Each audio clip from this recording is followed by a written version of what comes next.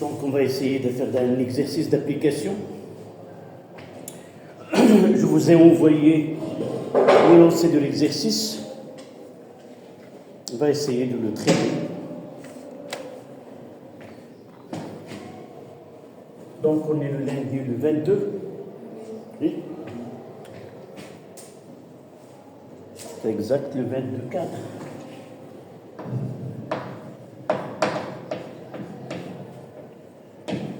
Juillet 24. Deuxième bac, sciences physiques, français 2. Une. Voilà.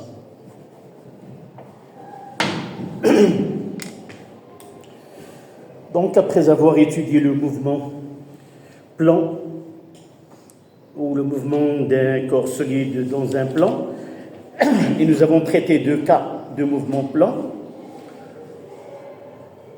mouvement parabolique et le mouvement dans un plan qui est incliné d'un angle bêta par rapport à un plan horizontal. Maintenant, on va essayer de traiter le premier cas, c'est-à-dire le mouvement ordinaire, un mouvement parabolique. On va appliquer cette étude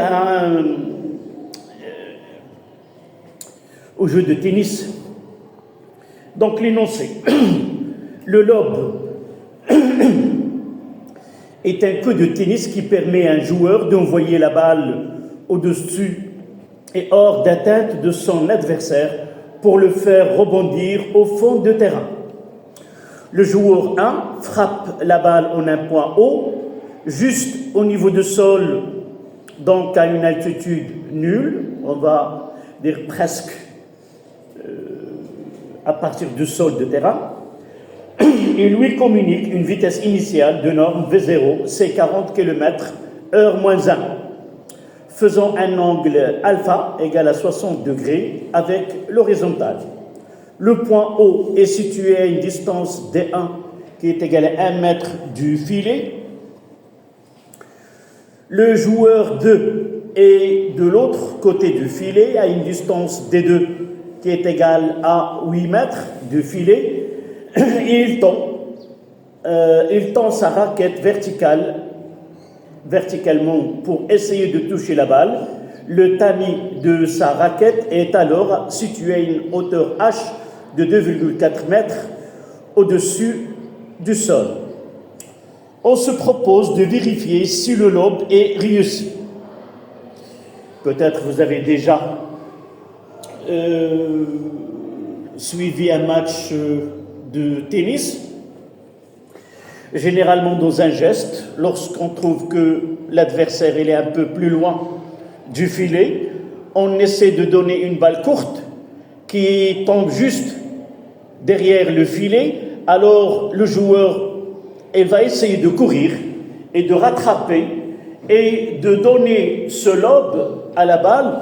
C'est un mouvement qui est parabolique, un peu où la flèche elle est généralement très grande devant l'extension du deuxième joueur, et il tombe derrière, juste à l'intérieur, généralement, c'est le coup est réussi, juste à l'intérieur du terrain de l'adversaire. Donc on va essayer d'étudier ce lobe. Un joueur 1, elle va essayer d'exécuter ce jeu-là et de marquer un point sur l'adversaire. D'accord ? Donc vous avez déjà sur le schéma, sur la feuille, le schéma de l'exercice. Je vais essayer de le retracer ici. Donc sans que je dessine les joueurs, donc là, vous faites le schéma en même temps que moi sur oui, côté exercice. Là, c'est le point O, avec une vitesse initiale V0. On va faire le filet, c'est ici.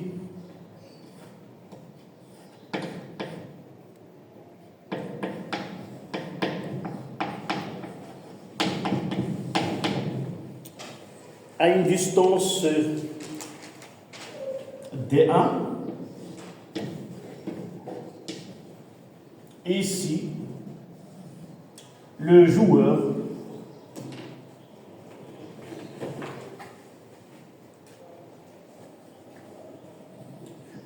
plus raquette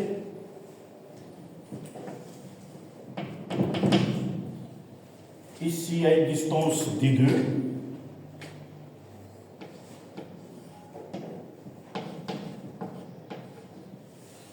Donc D2 c'était combien? 8 mètres.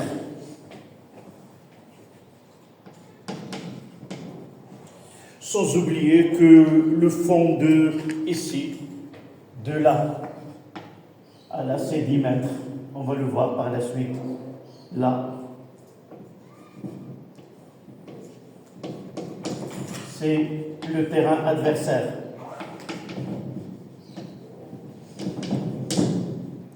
De joueurs 2.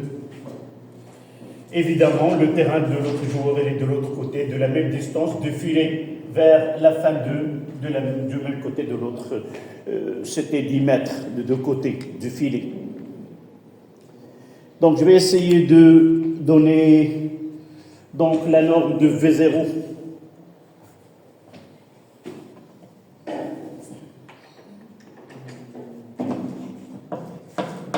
V0, c'est 40 km de exact.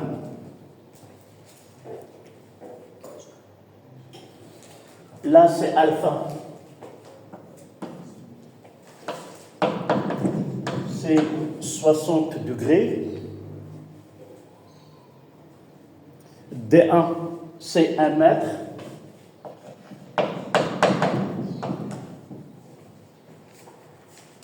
Là, c'est H.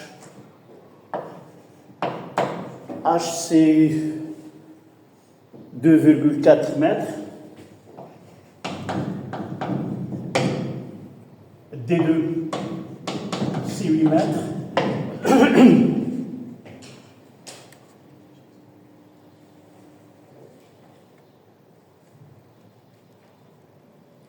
La masse de la balle de tennis, petit m, c'est 56 grammes. On prendra G 9,8 mètres seconde moins 2 et on néglige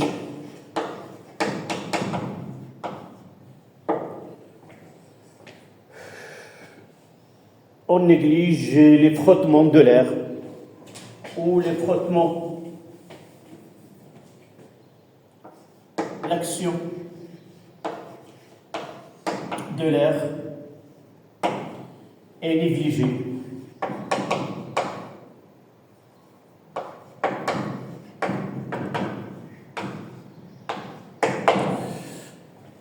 C'est-à-dire on néglige les frottements fluides et aussi la poussée d'Archimède. D'accord? Donc le tennisman, il va récupérer, il va donner la balle un coup là.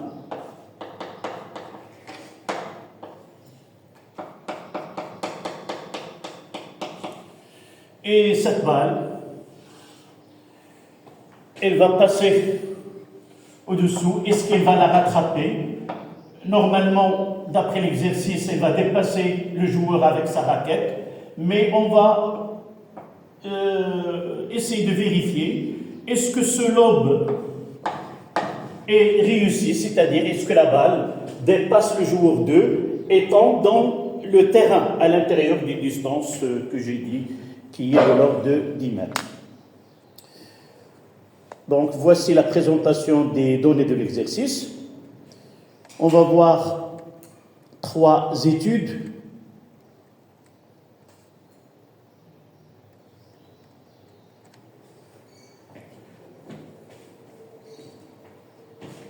Donc, premièrement,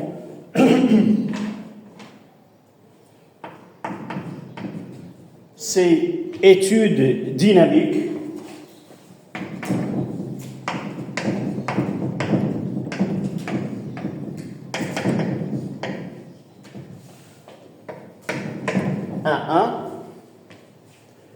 Quels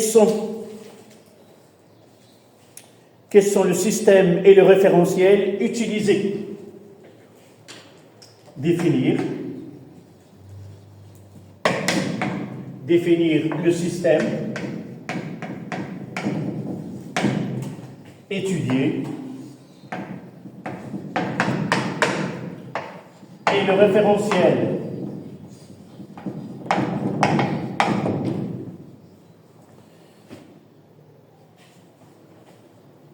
Utiliser.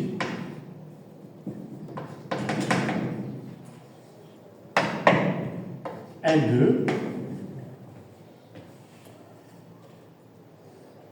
Faire le bilan des forces appliquées.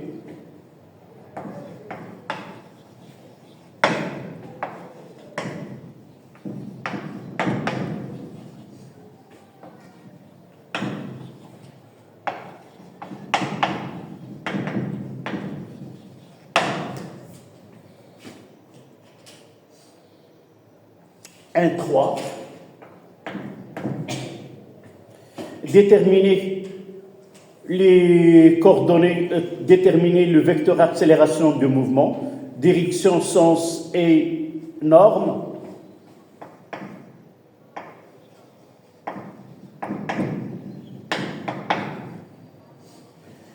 Déterminer l'accélération du mouvement.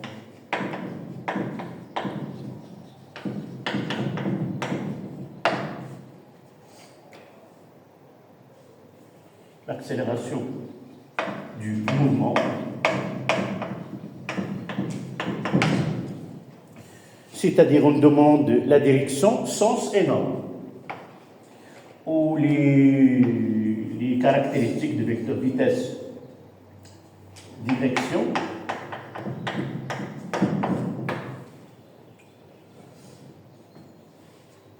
sens et norme.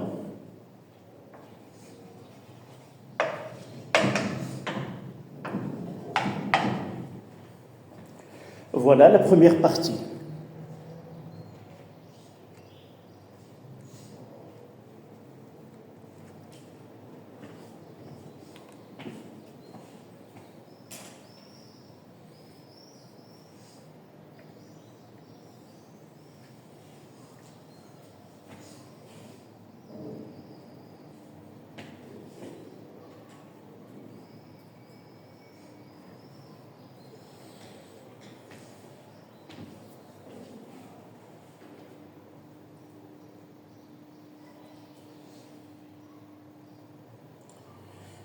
Donc on va essayer de répondre à ces questions.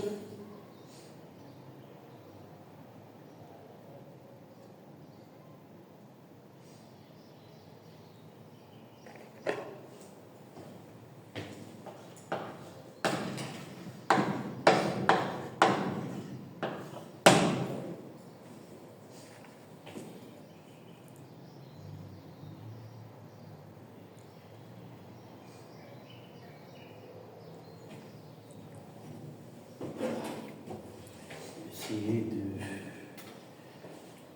d'allumer un petit peu.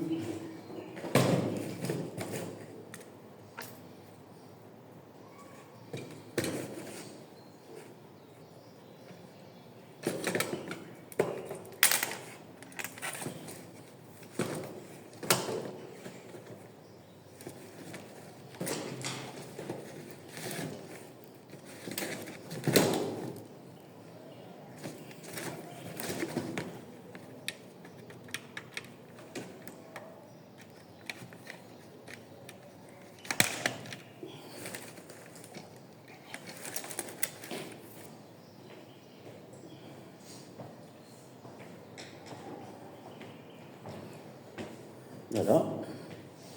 Donc la première question. Le système étudié, c'est la balle de tennis. Oui, les référentiels. C'est un référentiel terrestre supposé d'alignement. C'est le sol, qui est la terre. Donc, puisque la durée de mouvement il est très petite, on peut considérer que le référentiel lié à la Terre, au sol, au terrain, comme référentiel galiléen. D'accord? Donc, le 1,1. Tu as terminé d'écrire l'énoncé? Tu n'as pas écrit ceci. Tu l'as dans l'exercice. Est-ce que tu as l'exercice devant toi? Oui. Donc, ce n'est pas la peine d'écrire les énoncés. D'accord? Donc, le schéma avec les données, et on passe à la réponse. Donc, vous écrivez, le système étudié est la balle. Le système étudié est la balle.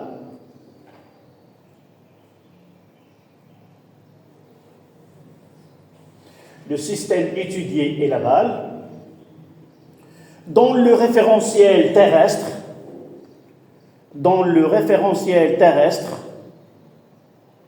supposé galiléen. Le système étudié est la balle. Dans le référentiel terrestre, supposé galiléen. Donc, balle dans le référentiel galiléen, le référentiel terrestre.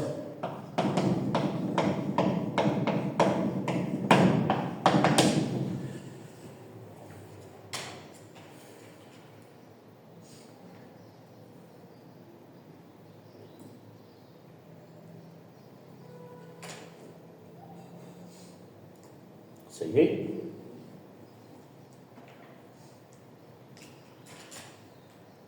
Deuxième question. S'il te plaît, c'est Mohamed. Deuxième question, tu la relis. Faire le bilan des forces appliquées. Évidemment, sur les systèmes étudiés. Quelles sont les forces exercées? Oui. V0, c'est une force.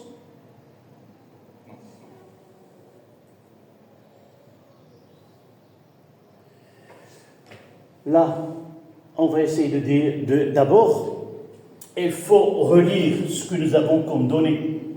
Tu vois ici que l'air, l'action de l'air, là, c'est l'action.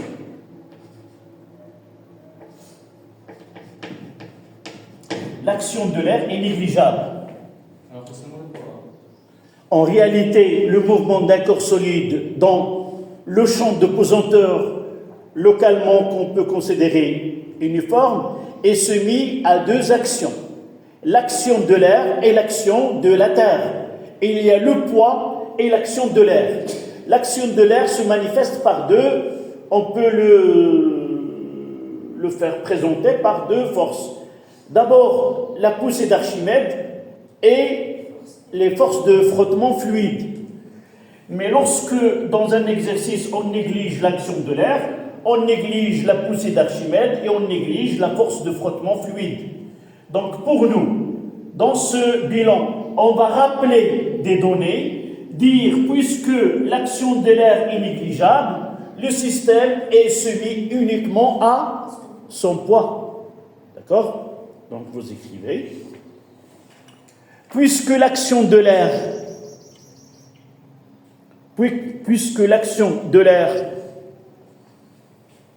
est négligeable,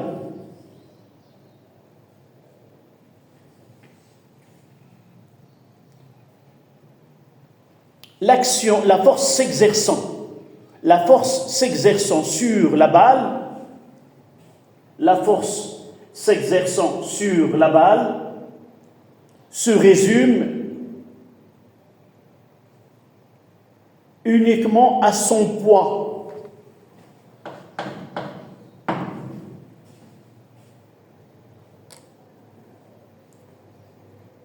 Comment on peut appeler ce type de mouvement qui s'effectue uniquement sous l'action de poids?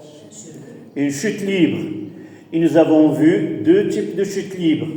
Soit une chute libre verticale, soit une chute libre qui est parabolique. Quelle est la différence entre les deux? Par exemple, quelle est la grandeur qui définit est-ce que la chute va être verticale ou elle va être parabolique? Vx.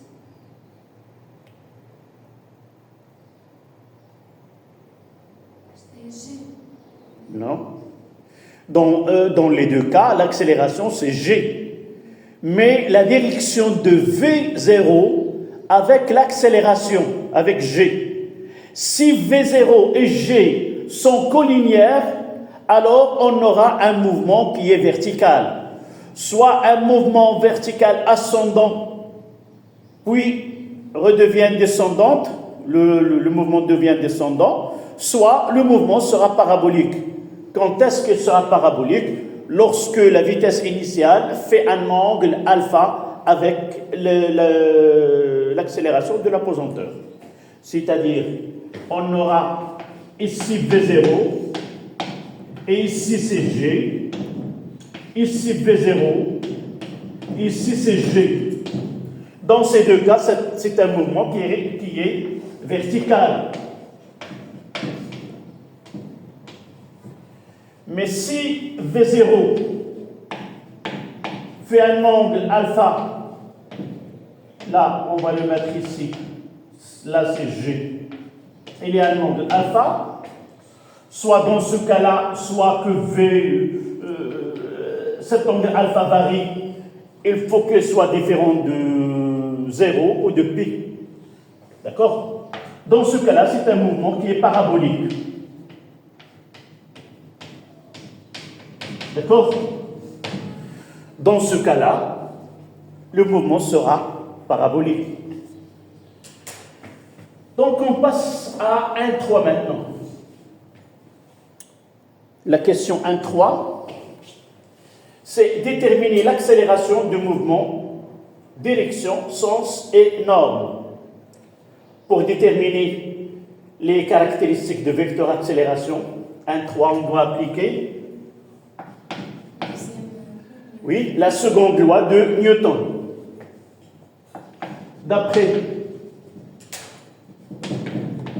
la seconde loi de Newton,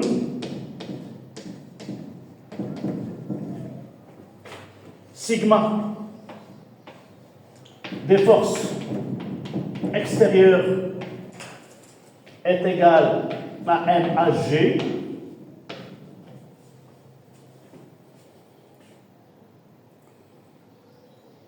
Là, la deuxième loi ou la seconde loi de Newton s'intéresse à l'accélération du centre de gravité ou le centre d'inertie de système. Mais généralement, des exercices, on n'utilise que HG, du fait que les dimensions de système étudiées, il est très petit devant les distances que parcourt ce système. Là, la balle de tennis ne dépasse pas une dizaine de centimètres, peut-être moins de 10 centimètres, et nous avons des distances de 10 mètres, plus en réalité de 20 mètres de côté à l'autre. Et par la suite, si on écrit HG, c'est acceptable du fait qu'on peut considérer que la balle comme un point matériel, où tous les points de la balle seront confondus avec le centre d'inertie de cette balle-là. D'accord? Donc, a priori, on demande HG, mais si on vous demande de déterminer l'accélération A du mouvement, ce n'est pas la peine de mettre G dans les données. D'accord? Donc, cette loi sera appliquée, on écrira P est égal à M à G.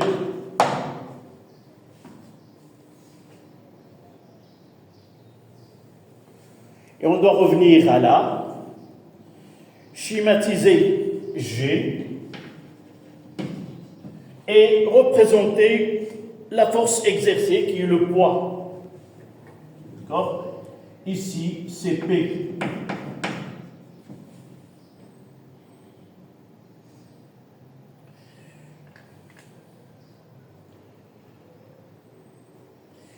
Évidemment, là, c'est I. là c'est J. Évidemment, K, il est perpendiculaire à ce plan. Et si la base IJK est directe, avec les trois doigts, là c'est I, là c'est J, on n'aura qu'un et il est dirigé vers l'intérieur. D'accord? Mais voilà.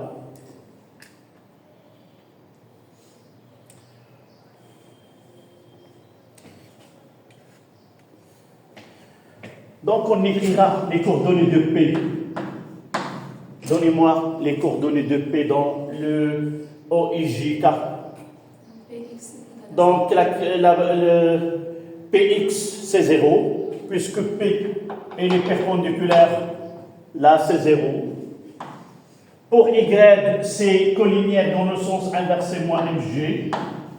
Et puisque l'axe Z est perpendiculaire au plan, c'est 0. Est égal à MAGX, MAGY et MAGZ.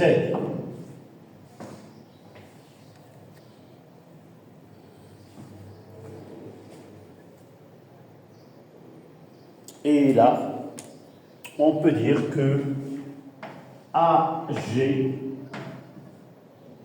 est là comme coordonnée 0 sur X moins G sur Y et 0 sur l'axe des Z.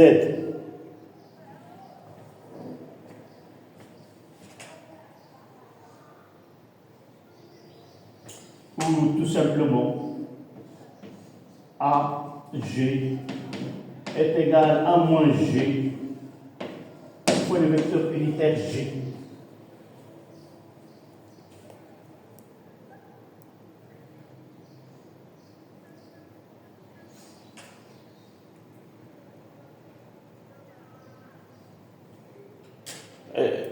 Ils ont précisé la direction, le sens et la norme. Donc, qu'est-ce qu'on peut dire à propos de la direction de l'accélération? L'accélération AG, comment il est? Elle est collinéaire avec Y. Donc, l'accélération est verticale. Lorsque nous travaillons, nous prenons l'axe des X, le plan qui contient OI, alors toute droite qui est perpendiculaire, on va l'appeler la verticale. D'accord? Donc le sol, elle est comme ça, et la direction. Donc le premier point, la direction est verticale.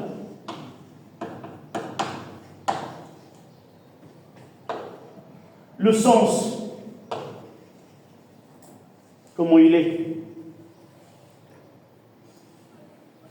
En réalité, c'est G. L'accélération, c'est G, il est vers le bas. Le sens, vers le bas.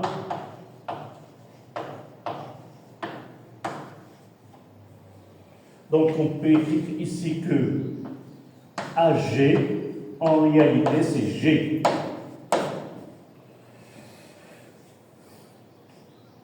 La norme,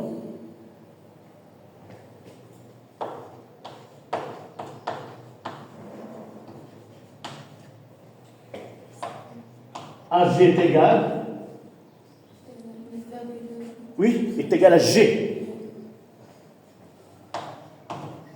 9,8 mètres secondes moins 2.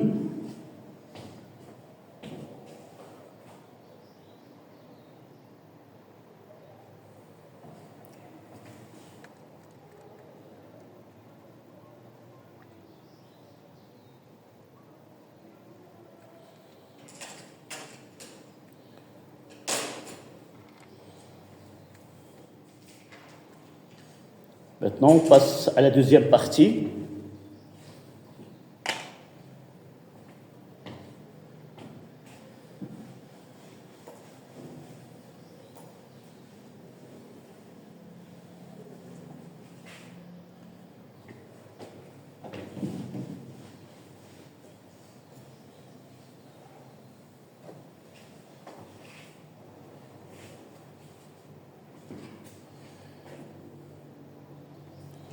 Donc le temps d'écrire, je vais noter les...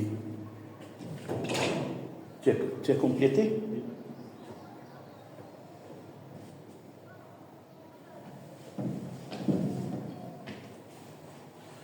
Donc pensez à la réponse puisque vous avez devant vous l'énoncé.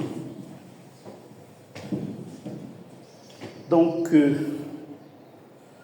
deuxième partie, 2, c'est l'étude cinématique.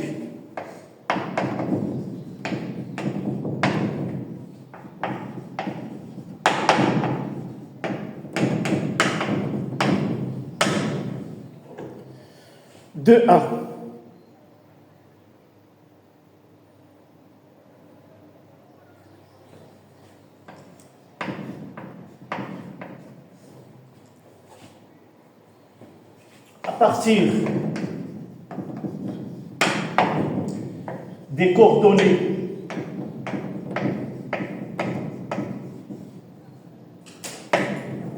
À partir des coordonnées de vecteurs accélération,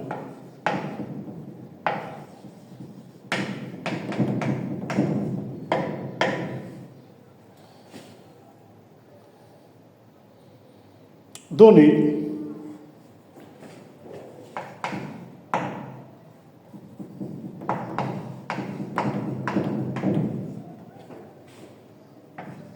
les coordonnées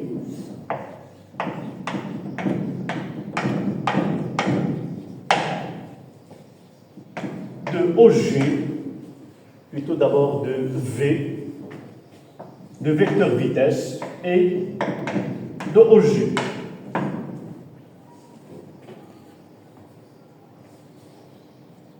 Évidemment, dans les référentiels OIJ.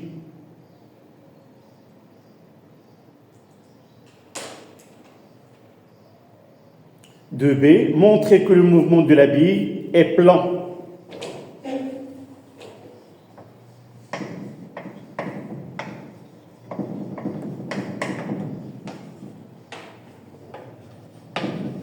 Plutôt de la balle. Montrer que le mouvement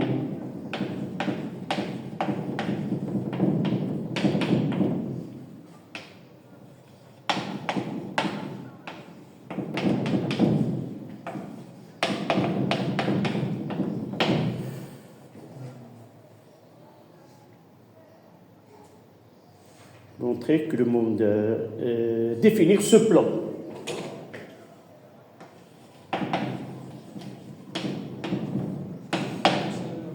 Oui. Les coordonnées de vecteur vitesse. Oui. Quoi? فهمتش. شنو انا سؤال نقصنا؟ ماله؟ بديتي معنا من الاول ياك؟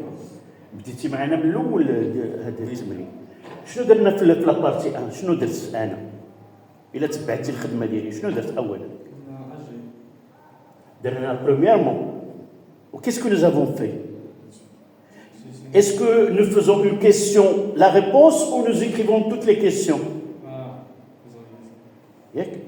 Donc on va essayer d'écrire toutes les questions de la deuxième partie. On va essayer de répondre à chaque question après. D'accord? Voilà.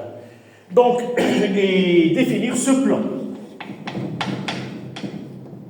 De 3.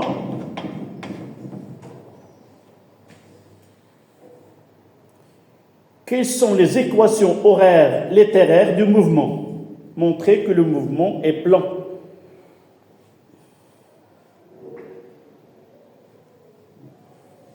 Montrer que le mouvement de la balle est plan. Quelles sont les équations horaires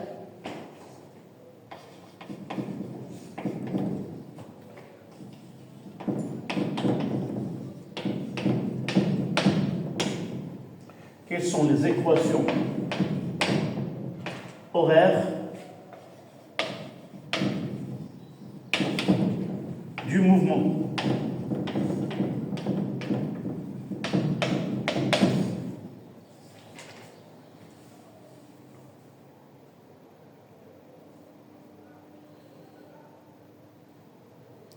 de 4, en déduire l'équation de la trajectoire de la balle. Quelle est la nature de cette trajectoire? 2, 4.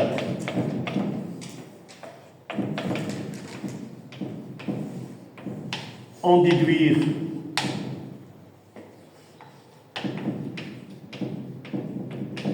l'équation de la trajectoire.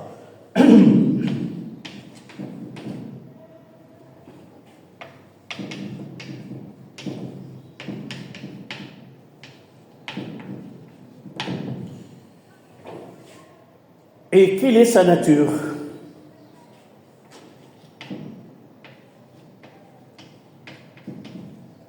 Et quelle est sa nature? Voilà la deuxième partie. Au début, c'était l'étude dynamique. Maintenant, on fait l'étude cinématique.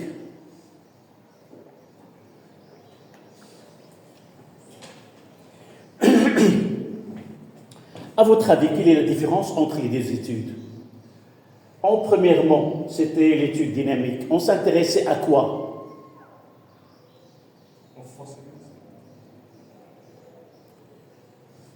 Vous vous rappelez, lorsque nous avons entamé la mécanique, nous avons parlé de deux parties de la mécanique. Il y a la cinématique et il y a la dynamique. La dynamique, c'est quoi? On s'intéresse aux actions mécaniques exercées. Quelles sont les actions mécaniques qui s'exercent sur le système qui vont apparaître dans le côté cinématique? Rappelez-vous que la deuxième loi de Newton nous donne une relation mathématique entre l'aspect dynamique avec l'aspect cinématique. L'aspect dynamique se trouve dans somme des forces exercées, c'est-à-dire nous avons défini le système, les forces exercées, et là on va s'intéresser au côté cinématique, c'est-à-dire du deuxième côté de la deuxième loi de Newton, où il y a l'accélération, où il y a la vitesse, où il y a le vecteur position. De ce côté, somme des F extérieur est égale de l'autre côté, soit MA en vecteur, soit M d2V sur dt, soit M d2 de OG sur dt carré. D'un côté, c'est l'aspect dynamique, et de l'autre côté, c'est l'aspect cinématique. Étudier l'aspect cinématique, c'est s'intéresser aux grandeurs cinématiques, sans se rendre compte du côté de s'intéresser aux forces exercées. Donc, dans cette partie, on va essayer de s'intéresser vecteur accélération, nous l'avons déjà défini, le vecteur vitesse, le vecteur position et la trajectoire. La trajectoire, elle est incluse dans l'aspect cinématique. L'aspect cinématique, c'est l'accélération, la vitesse, le vecteur position et la trajectoire. Tous sont du côté de l'aspect cinématique. D'accord? Donc, à partir des coordonnées du vecteur accélération, on va l'écrire ici.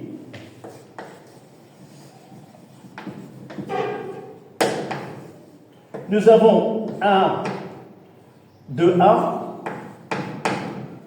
A, c'était 0, moins G est 0.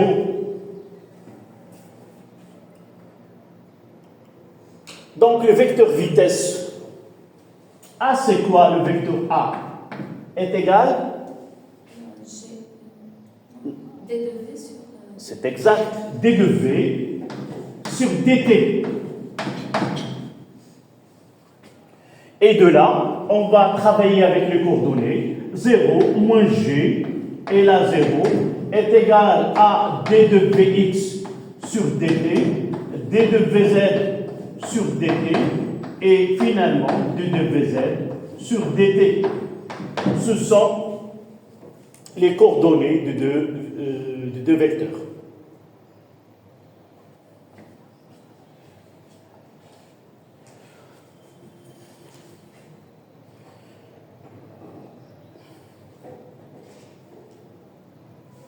Donc de là c'est l'équation 1, là c'est l'équation 2, et là c'est l'équation 3.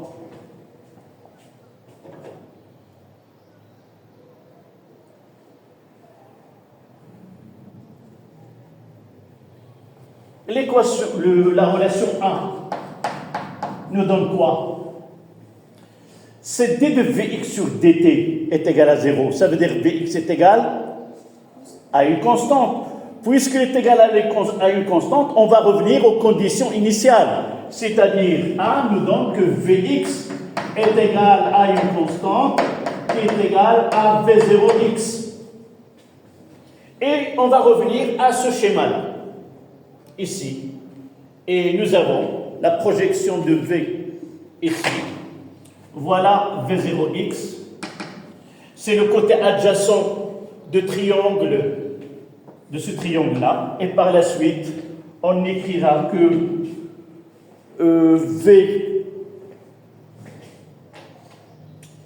V0x, ou plutôt Vx, Vx est égal à V0 cosinus alpha.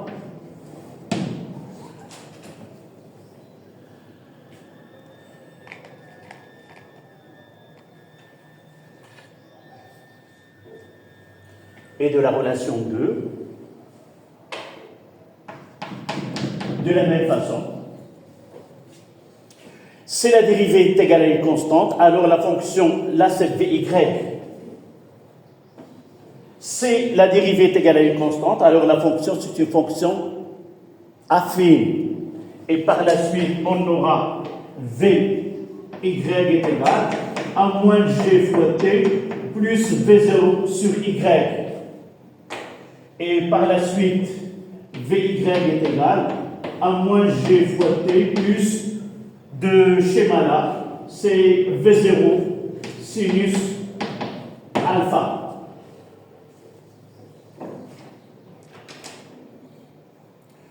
On complète le vecteur vitesse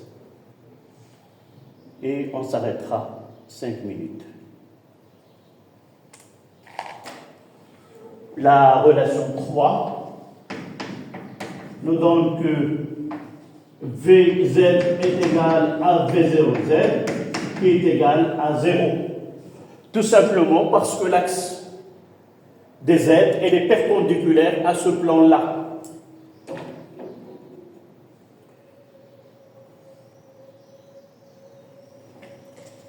Et on va écrire que ce V, voilà, c'est V0 cosinus alpha moins g fois t plus V0 sinus alpha, et sur l'axe des z c'est 0.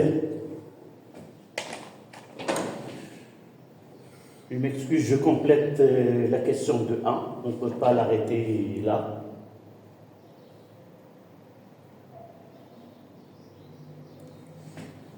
Il nous reste le vecteur OG.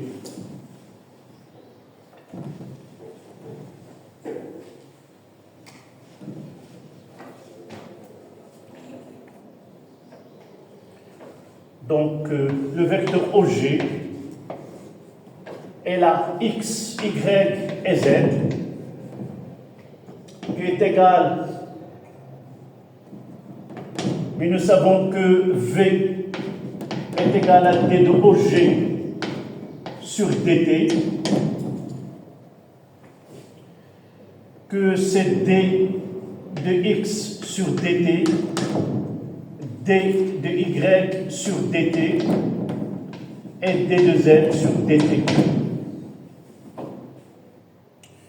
De la même façon, ce que nous avons fait tout à l'heure, on aura d de x sur dt, d de y sur dt et d de z sur dt, là, est égal, c'est Vx, c'est V0 cosinus alpha, moins g fois t plus V0 sinus alpha, Et là, c'est le 0.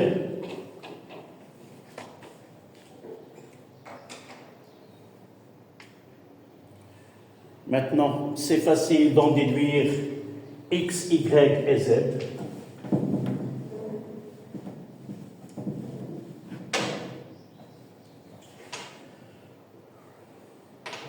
Donc, OG, ça sera, pour arriver à x, il faut intégrer cette constante, et on aura cette V0 cosinus alpha fois t plus x0. À l'instant t est égal à 0, on considère que la balle part de l'origine, c'est-à-dire 0. Et par la suite, on aura x est égal à V0 cosinus alpha fois t. Et y est égal, c'est moins 1,5 fois g, moins 1,5 fois g fois t au carré, plus V0 sinus alpha fois t. Et z, ça sera z0, qui est égal à 0. Et là, c'est 0. Voici les coordonnées de vecteur position comme ils ont demandé. Donc c'était de 1, déterminer les coordonnées de vecteur vitesse, vecteur position dans le référentiel OIJ. Voilà, on s'arrête 5 minutes et on continue.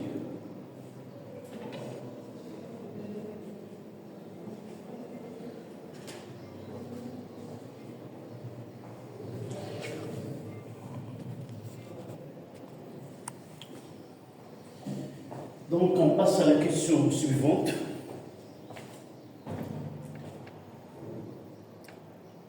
Tu nous lis la question. Montrer que le mouvement de la balle est plan et définir ce plan. Montrer que le mouvement de la balle est plan, définir ce plan. Vous vous rappelez lorsque nous avons fait l'introduction de la cinématique d'un corps solide, nous avons dit qu'à partir de vecteur position, et nous avons défini que le vecteur position, les coordonnées de ce vecteur position sont des fonctions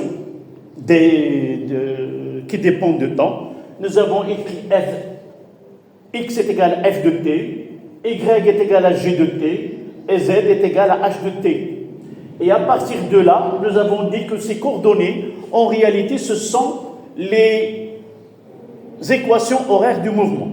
Et aussi, nous avons dit, si x de t, si z de t, qui est égal à h de t, qui est égal à 0, on n'aura que deux coordonnées, et par la suite, on dira que le mouvement est plan.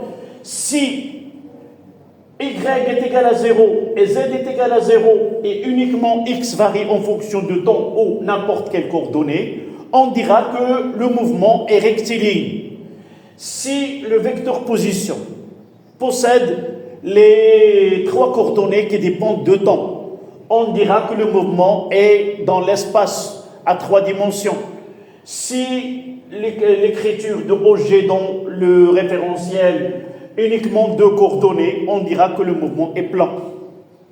Et comme je viens de dire, si l'une des 3 coordonnées uniquement dépend de temps et les autres sont constants, on dira que le mouvement est rectiligne.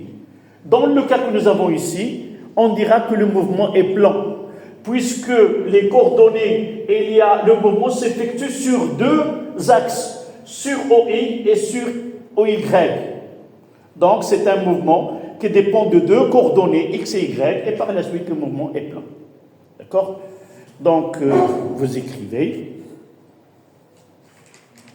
C'est la question 2.2. Oui.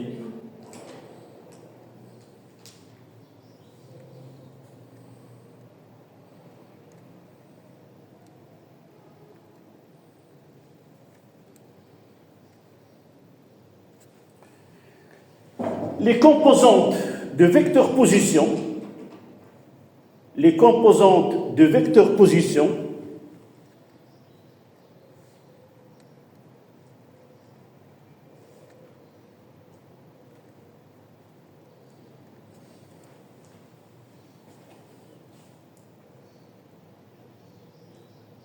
les composantes de vecteur position, nous donne deux équations horaires.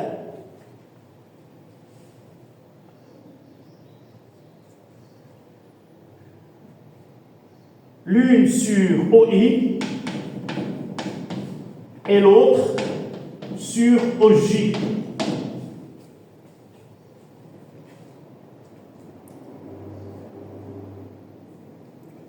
On dit que le mouvement est plan.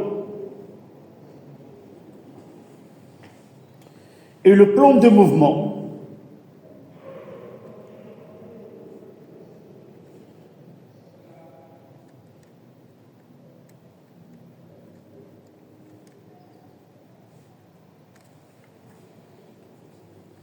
quel est le plan de mouvement? O et J. Et le plan de mouvement est O et J.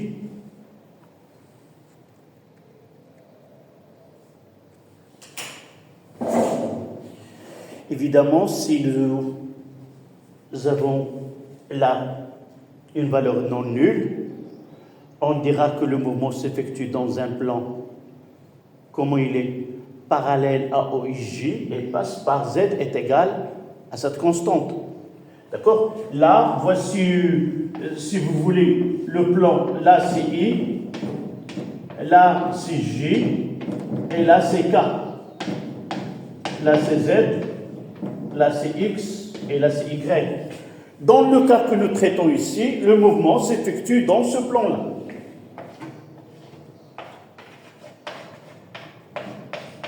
Évidemment, elle est dans la position, on le fait tourner de ce côté-là. C'est-à-dire, là, c'est Y, là, c'est X, et nous avons Z dirigé, comme ça, Z, vers l'intérieur. Et le s'effectue dans ce plan-là. Si nous avons Z qui est non nul, on aura dans un plan comme ça. D'accord? Mais généralement, on prend des cas qui sont simples, ce n'est pas la peine de compliquer cette étude. Là, c'était la question de 2. La question suivante. Oui, tu nous donnes ces 2, 3. Quelles sont les équations horaires du mouvement? Évidemment, là, c'est 2, 2.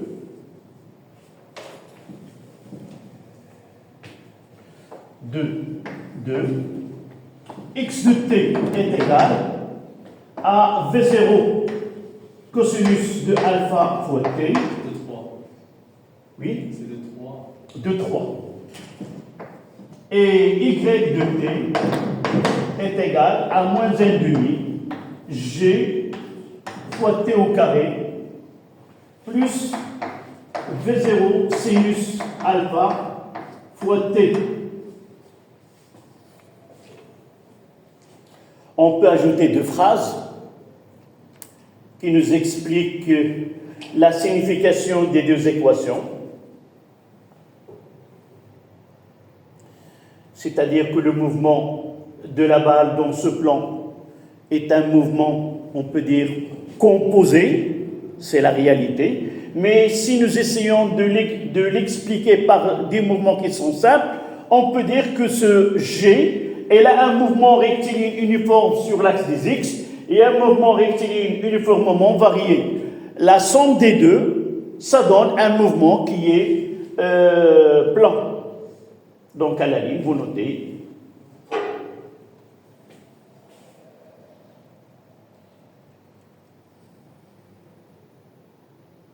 On peut considérer le mouvement de la balle, on peut considérer que le mouvement de la balle est rectiligne uniforme sur l'axe OI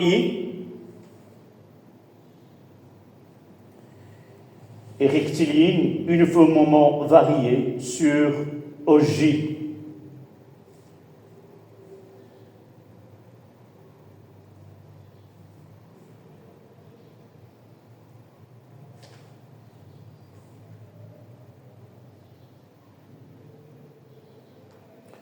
de 4 en déduire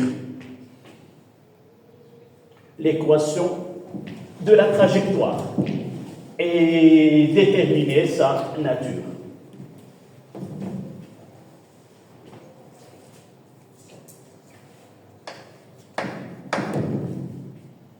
De 4, l'équation de la trajectoire.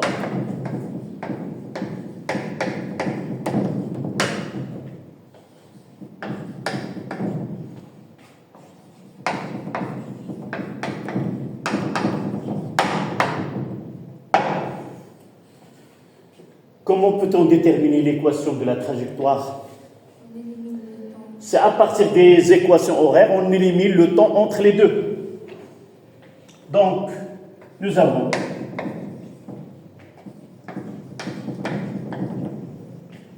x est égal à V0 cosinus alpha fois t et y est égal à moins 1 demi g t au carré plus V0 sinus alpha fois t. Là c'est 1 et là c'est 2. 1 nous donne que t est égal à x sur V0 cosinus alpha. Là c'est un prime. Un prime, on va le mettre dans le 2. Et on va essayer de donner l'équation. Ça donne y est égal moins g sur 2 fois V0 au carré fois cosinus carré alpha fois x au carré plus cosinus, sinus sur cosinus, ça donne tangente, plus, avec V0 se simplifie, plus x tangente alpha. Voici l'équation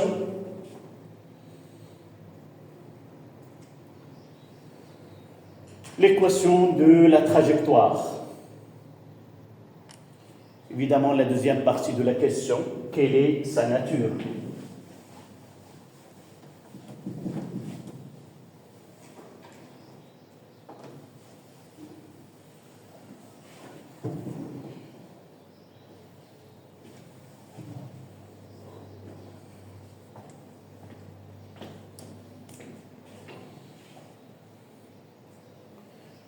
Comment peut-on justifier que la trajectoire est un parabole? L'équation s'écrit sous la formule de y est égal à ax carré Plus bx plus c. Puisque on peut dire que c'est une fonction de second degré, puisque l'équation est de second degré, d'ordre 2, puisque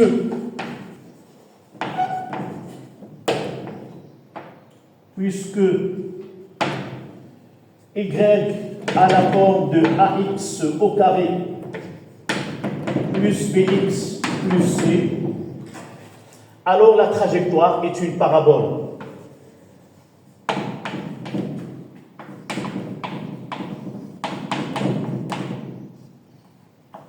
Alors la trajectoire est une parabole.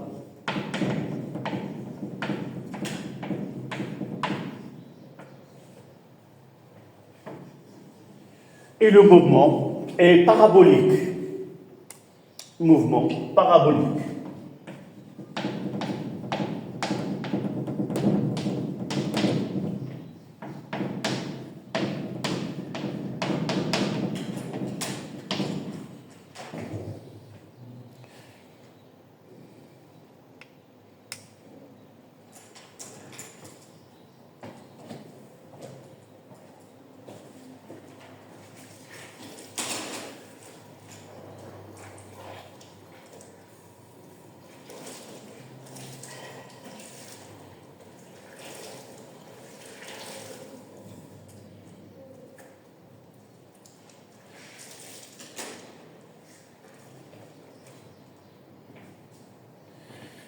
D'accord? On passe maintenant à la troisième et dernière partie. C'est l'objectif de l'exercice. Savoir, est-ce que cette action qui a été réalisée par le joueur 1, ce lobe, est-ce qu'elle a été réussie ou non? Est-ce qu'elle a réussi son lobe?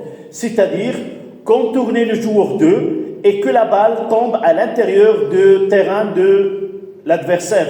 C'est pas à l'extérieur. Réussir, c'est avoir le point concernant cette action. D'accord? Donc 3.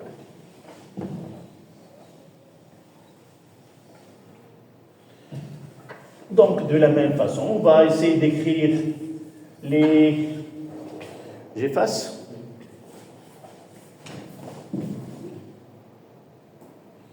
Là, ça nécessite un peu de réflexion. Et comment appliquer ce que nous avons vu dans un cas de la vie courante. Donc, 3. Étude du lobe.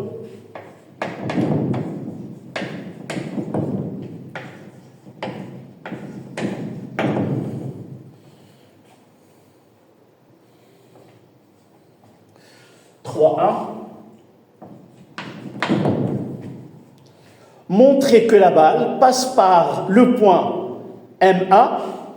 Montrer.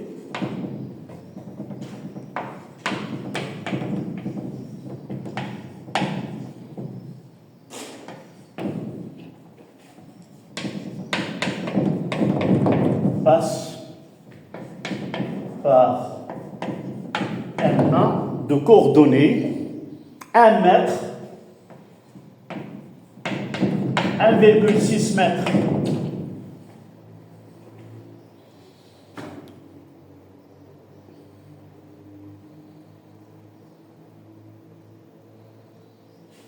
Trois, 2. Justifier que la balle ne touche pas le filet.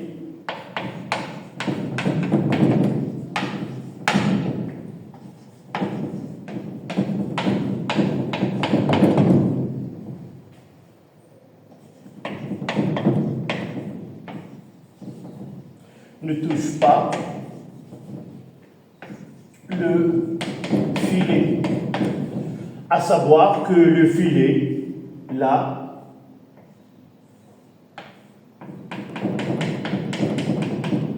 il a une hauteur de 1 mètre.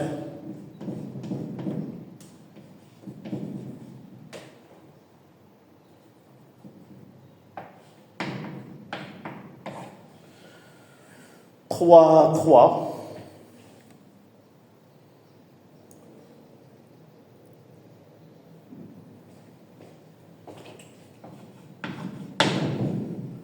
Montrer que la balle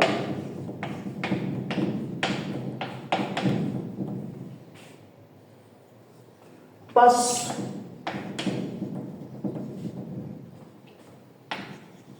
au-dessus. Montrer que la balle passe au-dessus du joueur 2. Passe au-dessus du joueur 2, qui est donc lobé.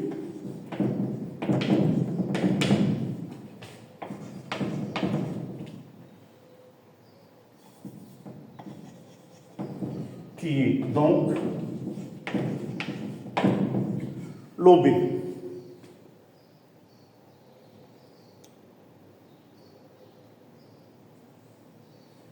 Trois, 4.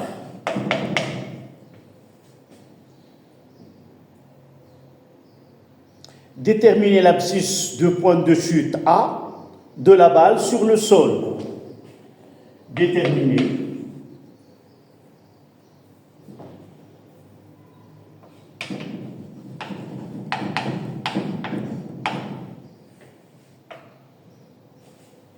l'abscisse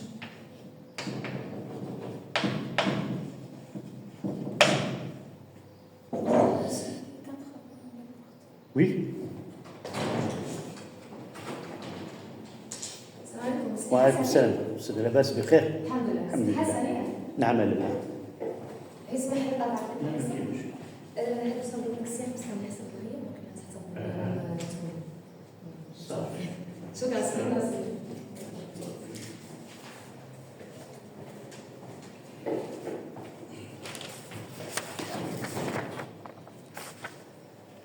Soma, deuxième, une. Donc, s'il te plaît, tu remplis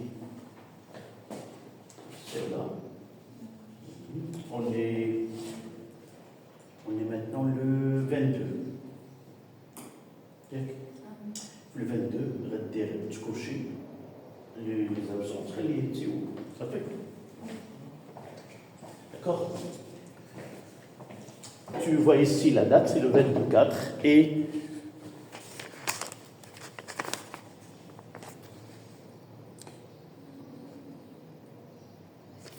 voilà.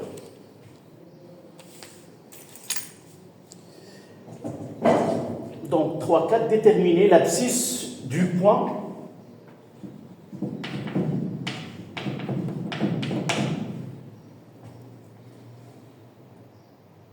de chute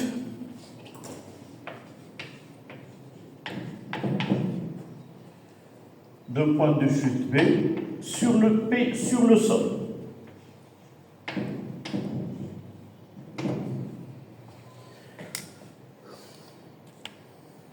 En réalité, ce point P, comme on l'a appelé dans le cours, là, c'est la portée. Donc, en quelque sorte, déterminer la portée de chute ou de tir. La dernière question, c'est 3, 5.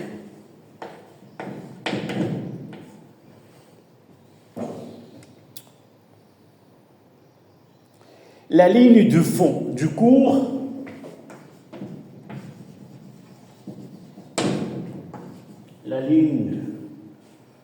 de fond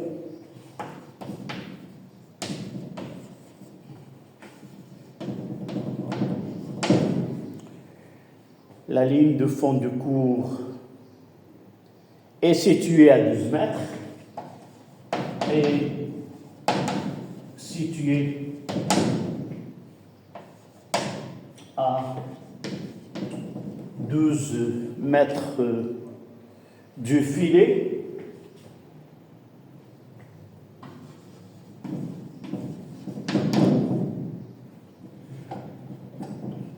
À 12 mètres de filet.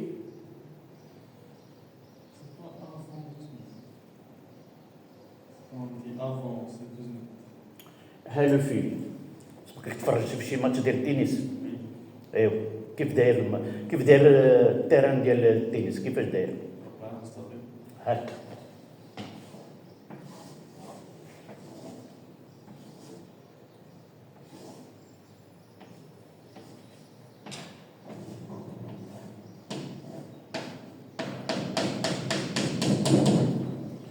On a le jour 1, on a le jour 2. فين كتحسبوا لي بوان ملي كيكون ان سامبل كيكون غير هنا ياك وهذا هو الملعب ديالي. هاد لا ليني هادي واش جايه سيتي 12 متر دو فيلي ها هي بلاد كيخص الكره تدخل تكون داخل هذه de là à là c'est 12 mètres et de là à là c'est 12 mètres. ملي كيكون لو دوبل حتى هذا كيدخل في التيران. داكور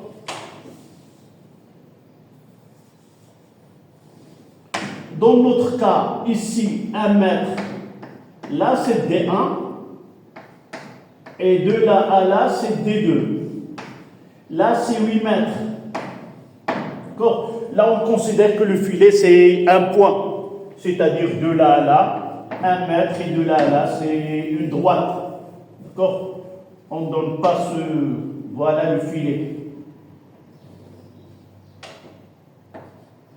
de là, et soit que la balle passe à l'intérieur, soit à l'extérieur.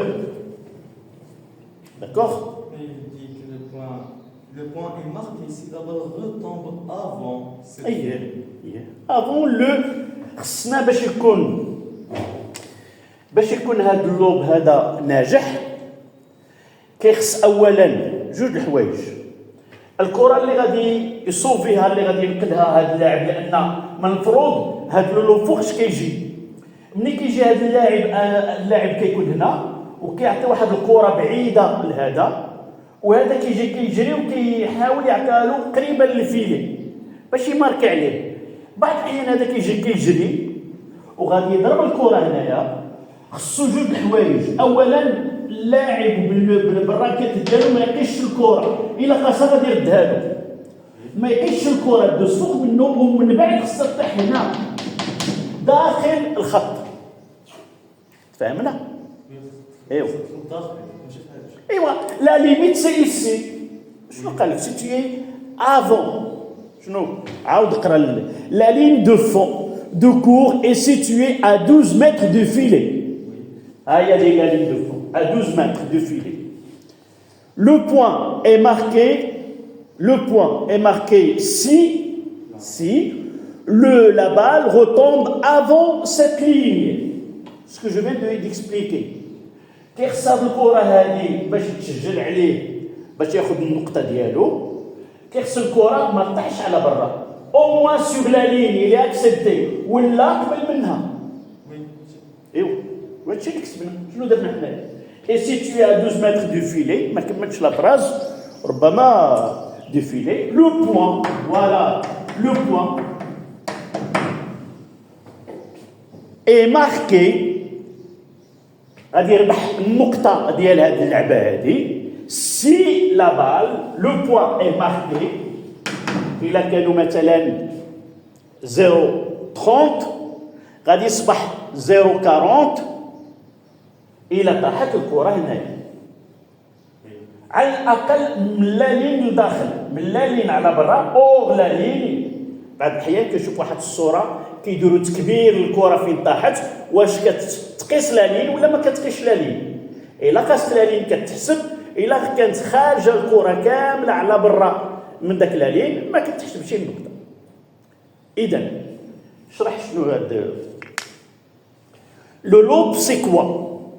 C'est une opération que un joueur donné, qui est le joueur 1, il va sauver un point marqué par l'adversaire qui lui envoie une balle qui est juste près du filet. De fait que généralement le joueur 1 il est situé vers l'arrière ici, parce que les balles arrivent avec des vitesses très grandes et ils touchent le fond de le cours de joueur 1. Donc il court vers là et c'est de là lober. باش يتسمى un lobe, la première des choses, il doit passer l'adversaire. Un lobe, c'est quoi? C'est dépasser le joueur adversaire et le joueur adversaire ne touche pas la balle. Voilà. Un lobe le lobe est réussi si la balle tombe à l'intérieur du joueur adversaire. C'est-à-dire, on a un point où Y là doit être dans la partie ici. C'est-à-dire ici, inférieur à 12. Donc le point est marqué. Vous complétez.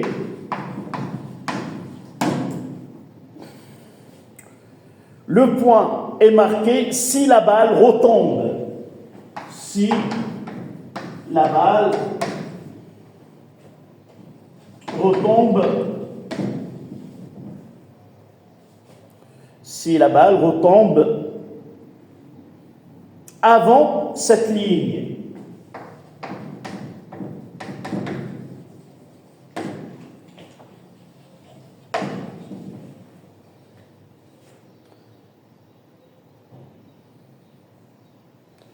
Maintenant, la réponse, le joueur 1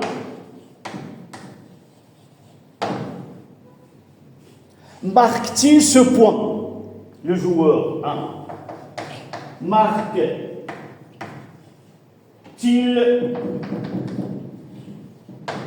ce point?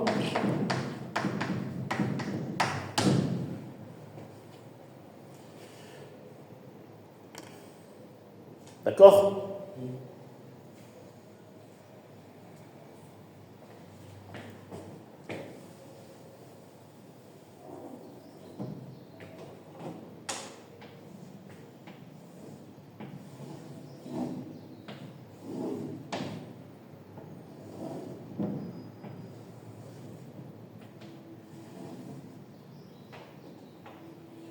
Nous avons dit de là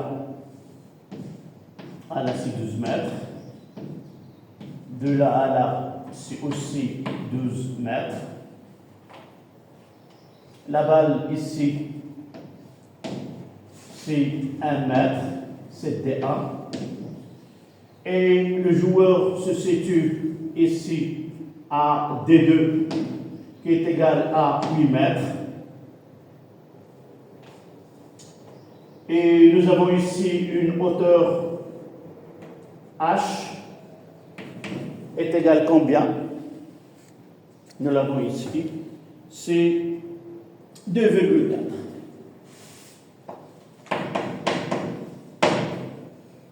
D'accord? Donc, il va faire comme ça. Est-ce que la balle tombe avant la ligne ou non? Donc, on va essayer de répondre à ces questions. Montrer que la balle passe par un point de coordonnées 1 mètre, 1,6 m. Comment on va vérifier?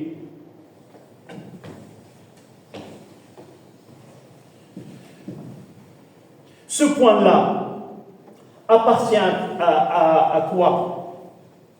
C'est vraiment la balle passe par ce point. Ces coordonnées vérifient quoi? Que la balle passe au-dessus. Elles vérifient l'équation de la trajectoire.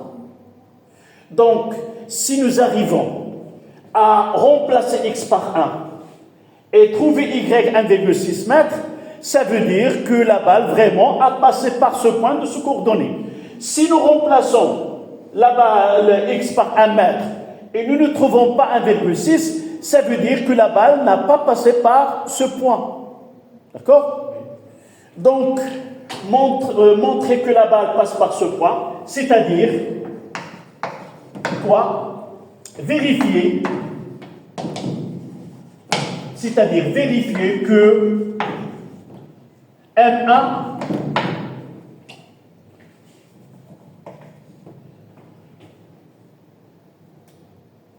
vérifie aussi l'équation de la trajectoire.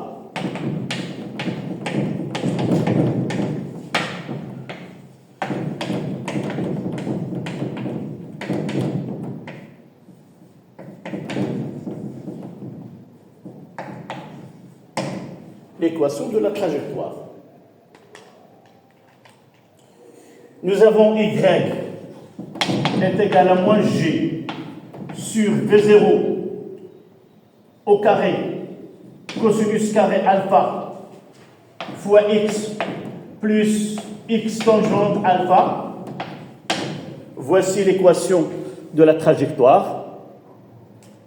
Si 2V0, 2. Oui, il y a un 2.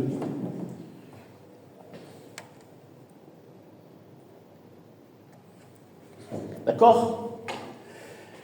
La première des choses, on travaille dans le système international.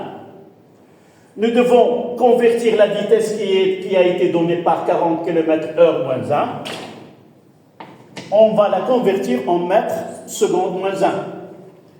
Donc, V0 est égal à 40 km/h moins 1. Donc, on doit convertir le kilomètre en mètres et l'heure en secondes. Est égal à 40. 1 km, c'est 10 à la puissance 3. Et l'heure, c'est 3600 secondes. Et avec une calculatrice, on trouvera est égal 11,1 mètres, essayez de vérifier, mètres seconde moins 1.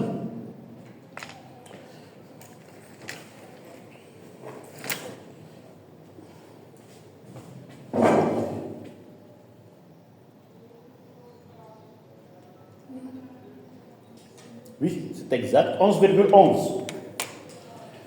Voilà. G, c'est 9,8.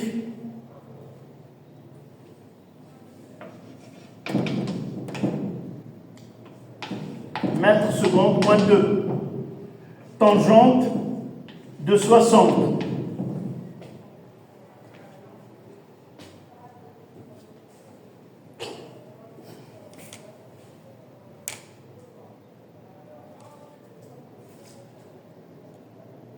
C'est 1,73. Donc on va essayer de remplacer.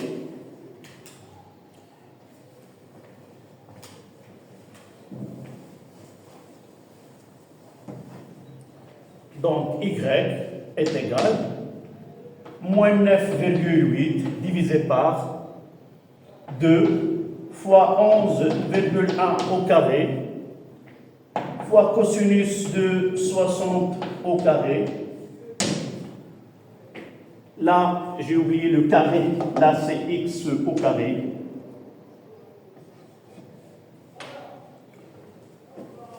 Fois 1 au carré, plus 1 fois tangente de 60.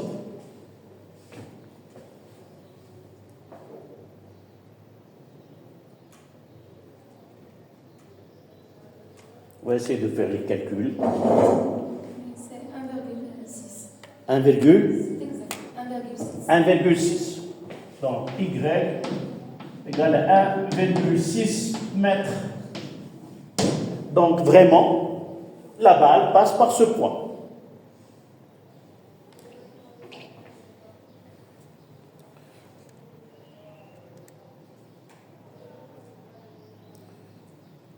À votre avis, pourquoi on me demande de vérifier que la balle ne passe par ce point-là?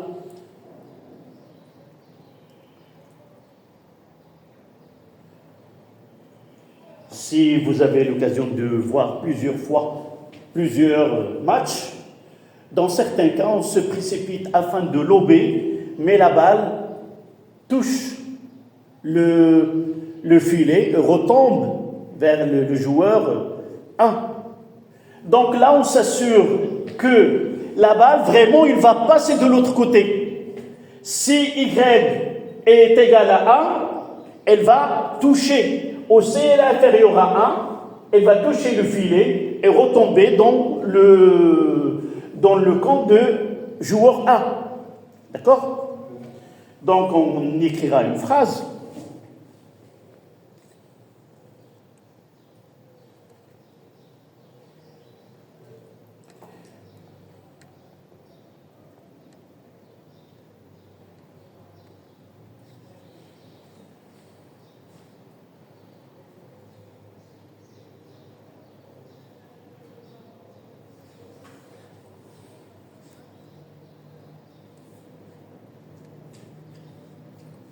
Remarque, puisque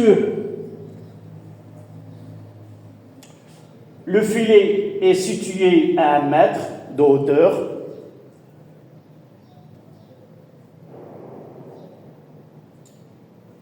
et Y est égal à 1,6 mètres, alors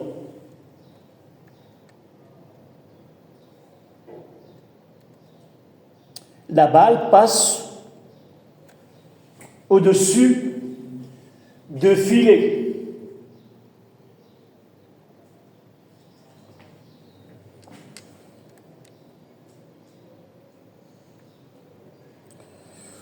Sinon, ce n'est pas la peine d'aller à la question suivante et de vérifier qu'il va passer au-dessus de joueur 2. D'accord? S'il touche le filet, alors les autres questions ne sont plus raisonnables. Donc, 3, la question suivante, c'est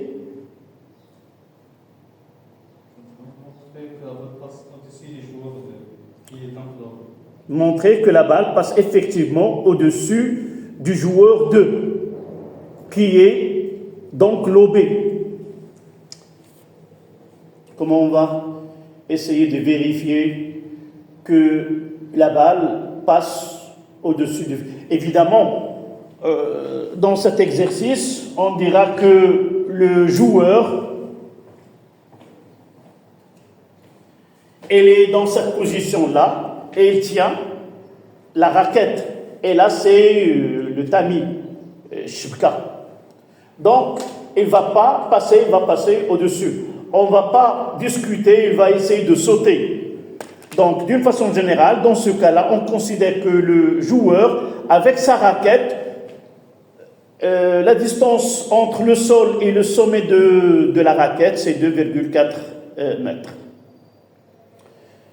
Évidemment, dans ce type d'exercice, toujours on a le problème, comment peut-on utiliser l'équation de la trajectoire pour répondre à toutes ces questions-là?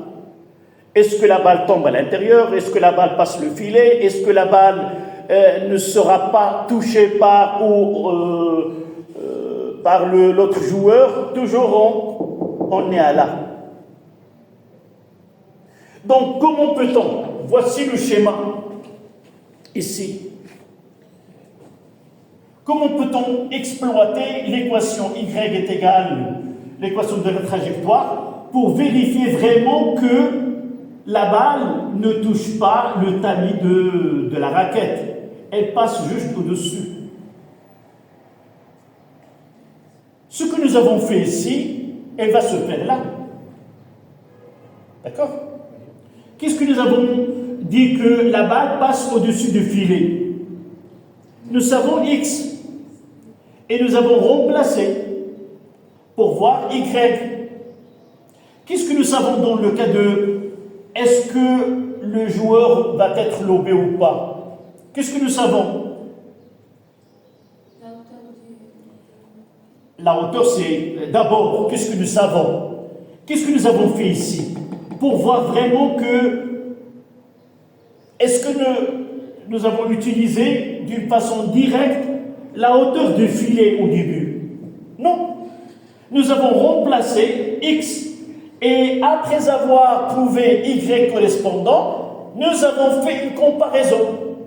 La même chose ici. Qu'est-ce qu'on va faire? On doit lire quoi?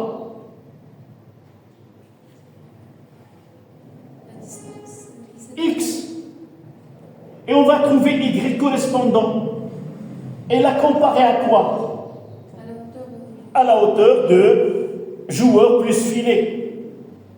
Ce que nous avons fait ici, c'est le même là. Sauf que la hauteur là c'était 1 mètre, la hauteur c'était la de 2,4. Donc nous savons que le filet, de là à là c'est 1 mètre, et de là à là c'est combien?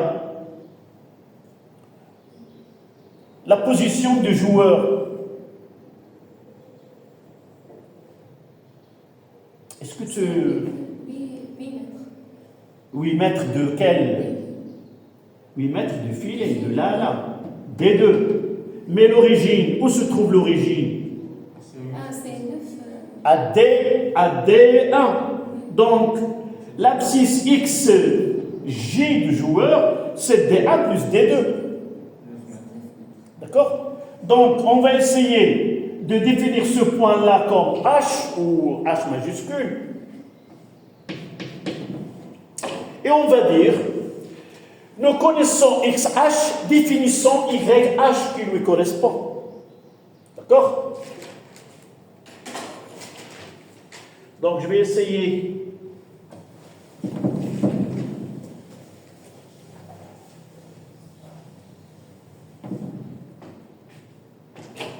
Le joueur, c'est de 3. Le joueur 2 est-il lobé? هذه دريبلاج في الكره بالفوت. هنايا كيتسمى هذه العمليه باش ندوز الكره على لادفيرسير ديالي كنسميوه لو لوب. داكوغ. Donc on va faire ce schéma là c'est V0, là c'est le filet de là à là c'est 1 mètre, là c'est H, là c'est le joueur 2, et de là à là c'est D2 qui est égal à 8 mètres.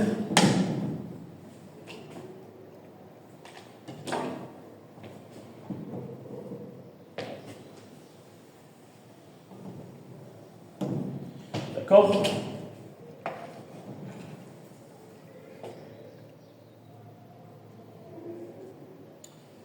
Qu'est-ce qu'on va écrire? Déterminant.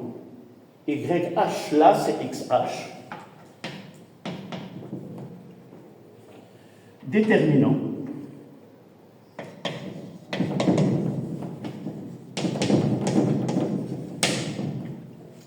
YH. Et comparons là à ce petit h, ce h qu'ils nous ont donné.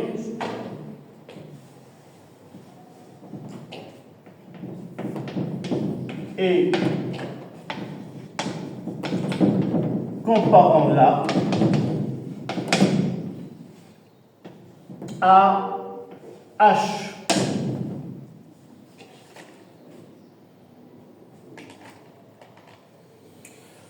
Donc nous avons dit que YH est égal moins 9,8 sur 2 fois 11,1 au carré fois cosinus de 60 au carré fois, on écrira XH, ce sera 1 plus 8 est égal à 9 mètres fois 9 au carré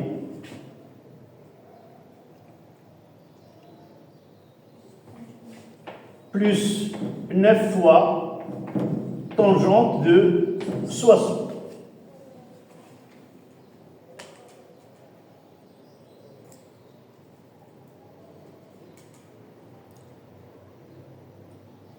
D'accord?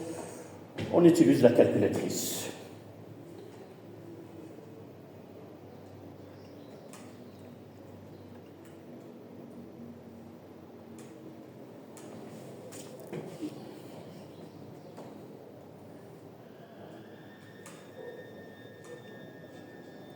Donc on essaie de compléter. C'est 2,7. Tu as fait tout le calcul. Donc tu nous as sauvé un peu du temps. 2,7 mètres.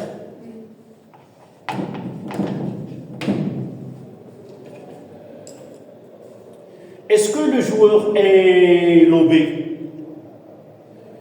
Donc de là à là, donc ce point, elle va passer par ce point-là. Et de là à là, c'est combien? 2,7 mètres. Et lui, avec sa raquette, c'est 2,4. Donc le joueur a été lobé. Il ne va pas toucher la balle. Et puisqu'il nous reste la dernière question, c'est facile maintenant de répondre. Prenez d'abord la réponse.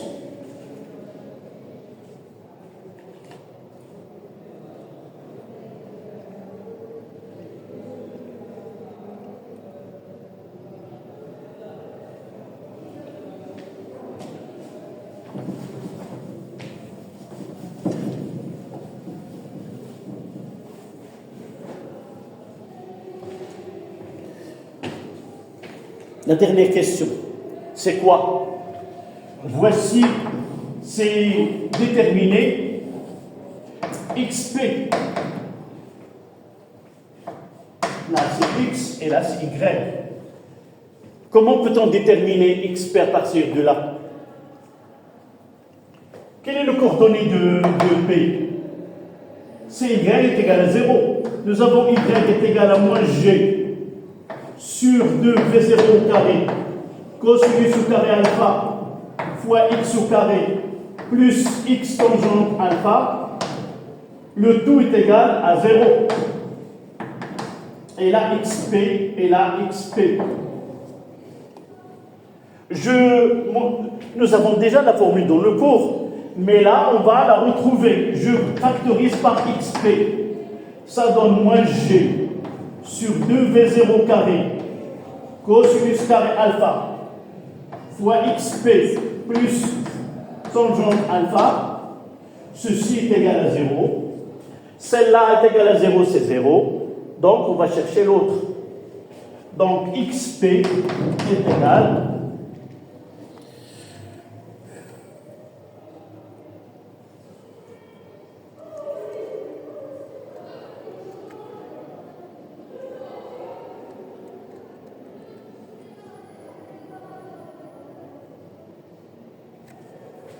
donc, je vous donne directement là c'est 2v0, nous l'avons dans le cours, 2v0 carré, sinus alpha sur g.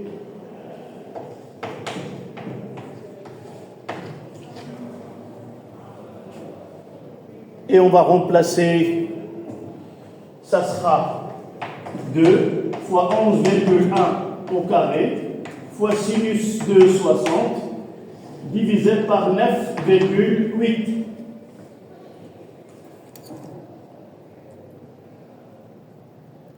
Ça donne 10,88. Tu refais de 2.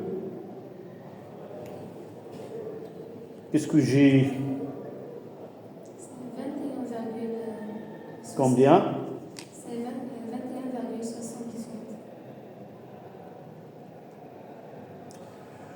On va revoir cette formule-là.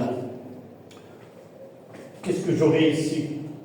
Donc, tangente alpha est égal à g sur 2v0 au carré cosinus au carré alpha, d'accord, fois xp. Donc, xp, ça sera 2v0 au carré, le sinus sur le cosinus, donc, elle reste quoi? C'est sinus fois cosinus. Là, c'est de 2 alpha. C'est ça l'erreur. Celle-là, c'est 2 alpha. Donc, sinus sur cosinus, cosinus carré, il reste cosinus alpha, sinus alpha. Le tout sur V0 carré.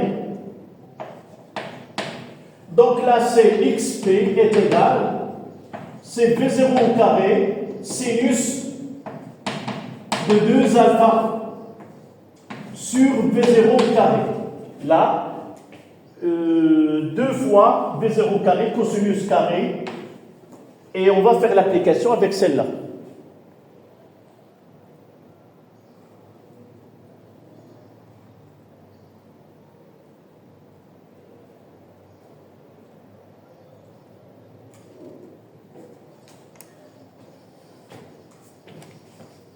Oui, c'est 10,88. 10,88. Donc c'est exact. Donc xp égale à 10,88 mètres. Et qu'est-ce que tu vas nous dire à propos de est-ce que la balle est. Est-ce que le point est marqué? Oui, parce qu'il tombe. Ici c'est 10,88 et la limite de terrain c'est 12. De là à là, c'est 12. D'accord? Donc la balle est acceptée. Voilà, merci.